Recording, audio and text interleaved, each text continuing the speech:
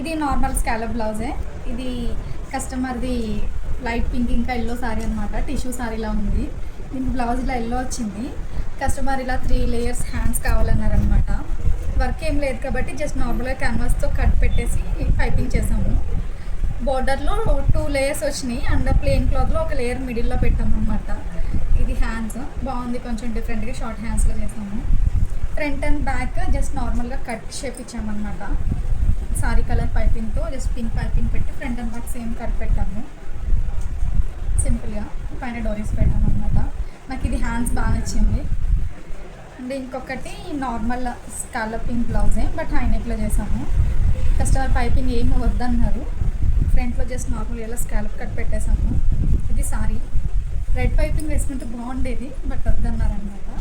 Back ఇలా హైనెక్లో scallop పెట్టి చిన్న బాదం షేప్ పెట్టాం. బ్యాక్ అంతా ఇలా హైనెక్ అనమాట కంప్లీట్గా. హ్యాండ్స్కి కూడా వితౌట్ పైపింగ్లో చిన్న చిన్నగా కటింగ్ పెట్టాము అనమాట.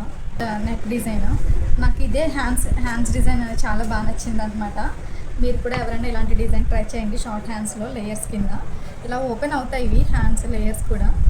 అదే సింపుల్ హ్యాండ్స్ డిజైన్ ఎలా ఉందో కామెంట్ చేయండి. నచ్చితే నా ఛానల్ని సబ్స్క్రైబ్ చేసుకోండి.